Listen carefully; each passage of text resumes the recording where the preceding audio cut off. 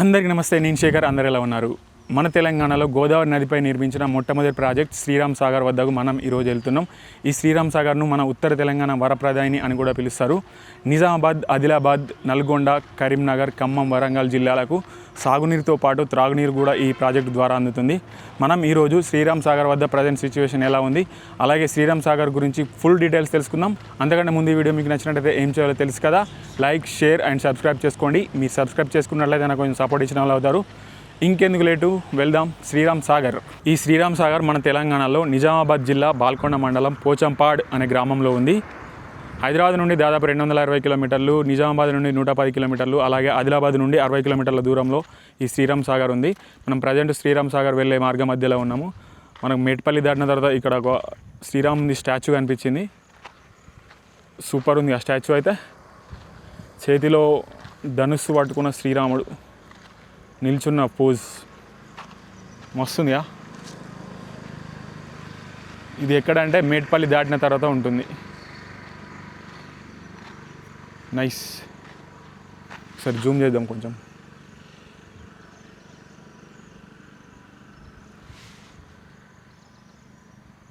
భలే ఉంది ఆ స్టాచ్యూ. చలో మనం ఇక్కడ నుండి శ్రీరామ్ సాగర్ వైపు వెళ్ళిపోదాం. మనమైతే ప్రజెంట్ శ్రీరామ్ సాగర్కు దాదాపు 40 కిలోమీటర్ల దూరంలో ఉన్నాము. ఈ ప్రాంతంలో చూసుకుంటే మొత్తం మొక్కజొన్న చేన్లే ఉన్నాయి. మొత్తం ఎక్కడ చూసినా మొత్తం మొక్కజొన్న చేన్లే ఉన్నాయి. అంతా 100 ఎకరాలలో మొత్తం మొక్కజొన్న పంటలే ఉన్నాయి ఇటు సైడ్ మొత్తం.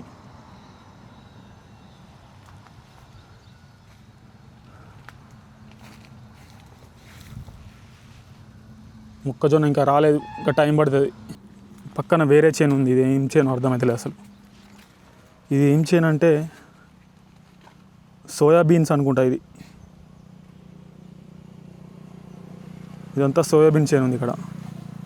మిగతా ఇటు సైడు అటు సైడ్ మొత్తం మొక్కజొన్న చేనులేగా. ఇది మాత్రం సోయాబీన్ అనుకుంటా, తెలిస్తే కామెంట్ చేయండి. సోయాబీన్ చెట్లు. ఇదంతా మొత్తం మొక్కజొన్న చేనులు. ఇవన్నీ మొత్తం కొన్ని 100 ఎకరాల్లో మొక్కజొన్న చేనులు ఉన్నాయి ఇక్కడ.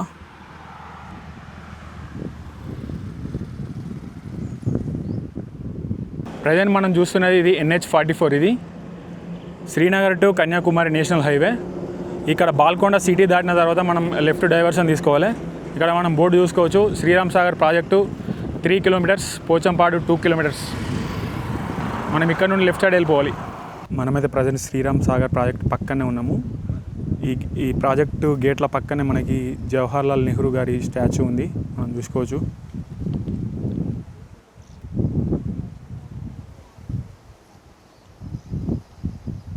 ఈ మెయిన్ ఎంట్రీ లోపల గేట్లు ఉన్నాయి, శ్రీరామ్ సాగర్ గేట్లు. ఒకసారి మనం లోపలికి వెళ్ళిపోదాం.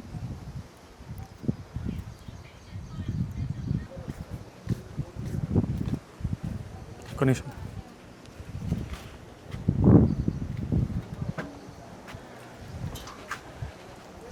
మనమైతే కొంచెం లోపలికి వెళ్తున్నాం. శ్రీరామ్ సాగర్ ప్రాజెక్ట్ కొద్దిగా లోపలికి, గేట్ల దగ్గరికి.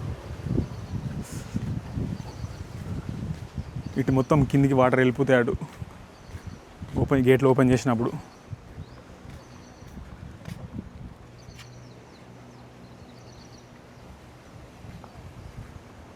డ్యామ్ మాత్రం కొద్ది పెద్దగా లేదు. ఇక్కడ గేట్లు ఉన్నాయా కనబడుతున్నాయి, అక్కడ గేట్ల నుండి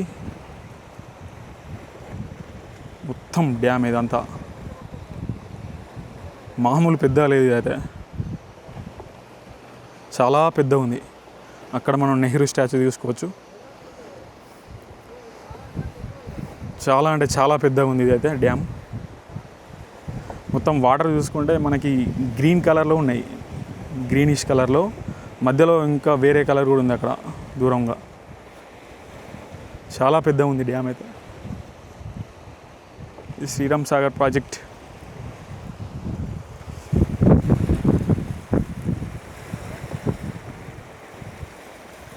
సూపర్ ఉందిగా.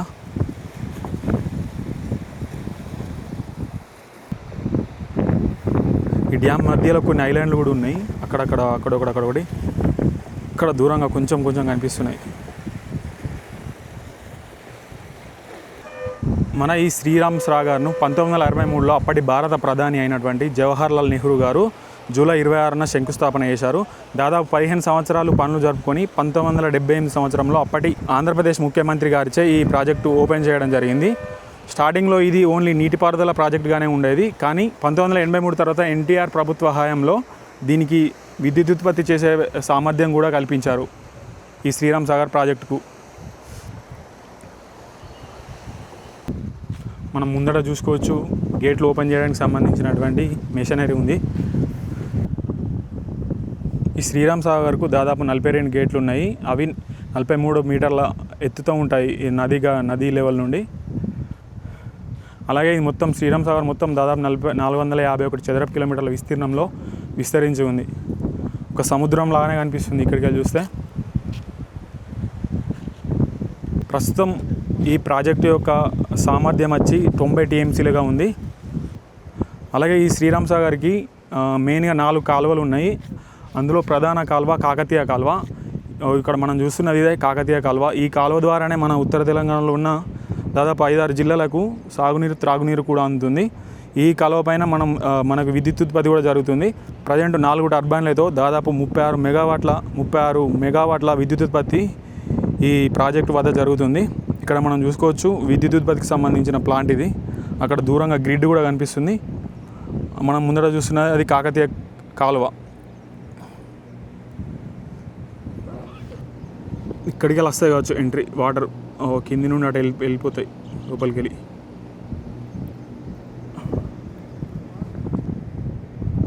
ఈ కాకతీయ కాలువ అనేది ప్రధాన కాలువ. అలాగే ఇంకొకటి సరస్వతి కాలువ ఉంది, మరొకటి లక్ష్మీ కాలువ అని ఉంది. అంతేకాకుండా వరద కాలువ కూడా ఇంకొకటి ఉంది దీనికి. మనం ఈ కాలువల గురించి 1 by 1 తెలుసుకుందాం చూసుకుంటూ. ఈ కాకతీయ కాలువ దాదాపు 340 కిలోమీటర్ల దూరం వరకు ఉన్నది. మనం ఇప్పుడు ఈ కాకతీయ కాలువ నుండి సరస్వతి కాలువ దగ్గరికి వెళ్ళి చూద్దాం ఒకసారి.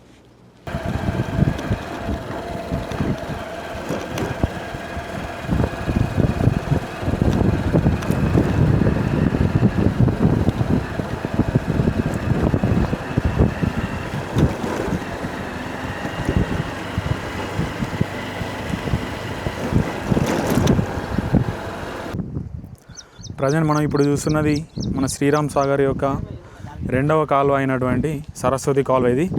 ఈ కాలువ ద్వారా ముఖ్యంగా నిర్మల్ జిల్లాకు సాగునీరు త్రాగునీరు అందుతుంది. ఇక్కడ మనం చూసుకోవచ్చు కాలువకి వెళ్ళి వాటర్ వెళ్ళిపోతున్నాయి. దూరంగా కనిపిస్తుందా? ఇది సరస్వతి కాలువ. ఇది దాదాపు 45 కిలోమీటర్ల దూరం వరకు ఉంటుంది. ముఖ్యంగా నిర్మల్ జిల్లాకు ఈ కాలువ ద్వారా నీరు వెళ్తుంది.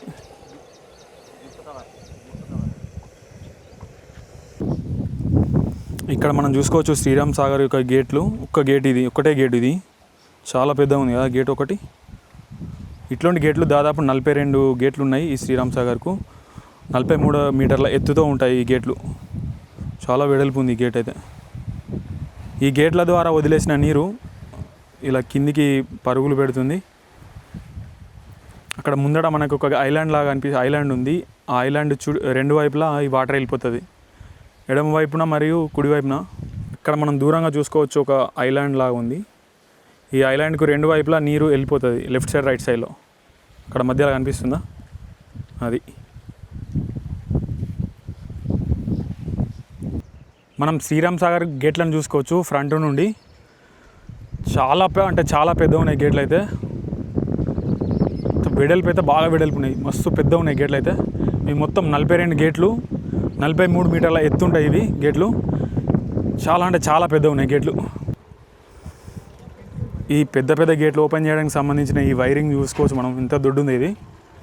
దీన్ని చాలా మెయింటైన్ చేయాల్సి ఉంటుంది ప్రతిరోజు.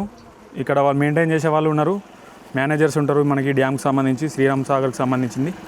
ఈ వైర్ మాత్రం మామూలు దొడ్డు లేదు, చాలా దొడ్డు ఉంది. దీనికి డైలీ ఆయిల్ మెయింటెనెన్స్, ఇంకా చాలా మెయింటెనెన్స్ ఉంటుంది.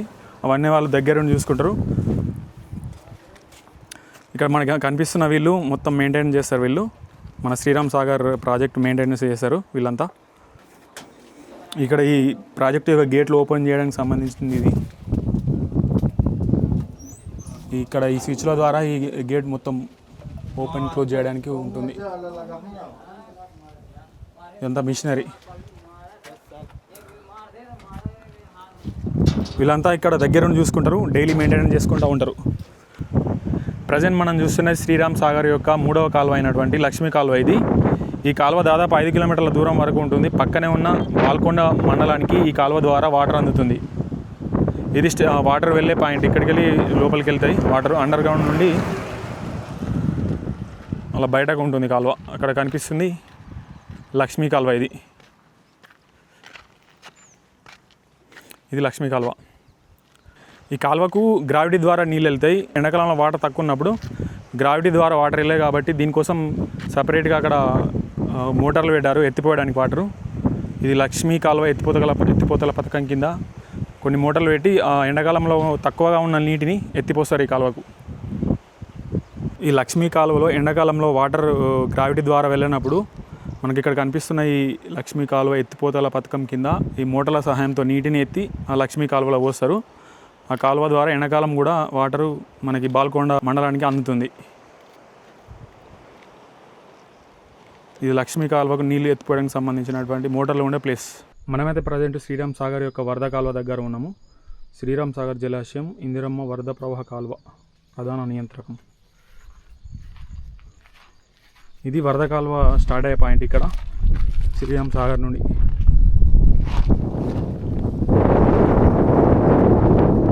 ఇక్కడ ఈ కాలువకి ఇక్కడ గేట్లు ఉన్నాయి కొన్ని. ఈ గేట్లు ఓపెన్ చేస్తే వరద కాలువలోకి వాటర్ వెళ్ళిపోతాయి. ఈ కాలువ దాదాపు 130 కిలోమీటర్లు ప్రయాణించి రాజన్న సిరిసిల్ల జిల్లాలో ఉన్న మిడ్మానేరులో కలుస్తుంది. వరద కాలువ గేట్లను మనం చూసుకోవచ్చు. అక్కడ కొందరు చేపలు కూడా పడుతున్నారు.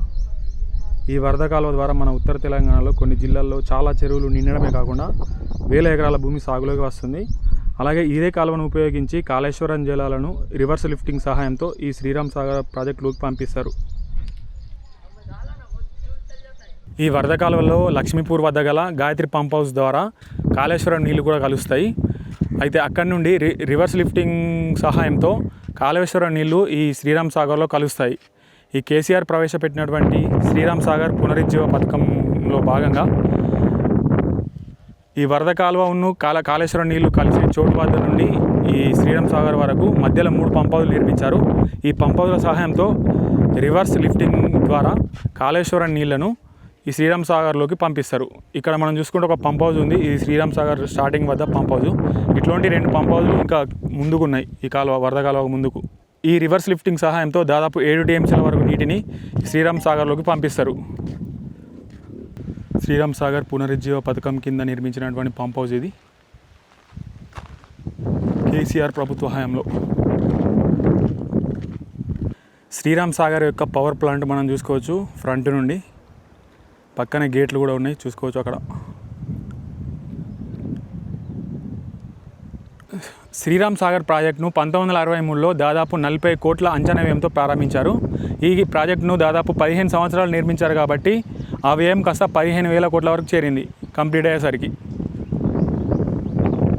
ఇది శ్రీరామ్ సాగర్ ప్రాజెక్టు వద్ద ప్రజెంట్ సిచ్యువేషన్. ఈ వీడియో మీకు నచ్చినట్లయితే ఏం చేయాలో తెలుసు కదా, లైక్, షేర్ అండ్ సబ్స్క్రైబ్ చేసుకోండి. మీరు సబ్స్క్రైబ్ చేసుకున్నట్లయితే నాకు సపోర్ట్ చేసిన అవుతారు. మన నెక్స్ట్ వీడియోలో మళ్ళీ కలుద్దాం. అంతవరకు నమస్తే.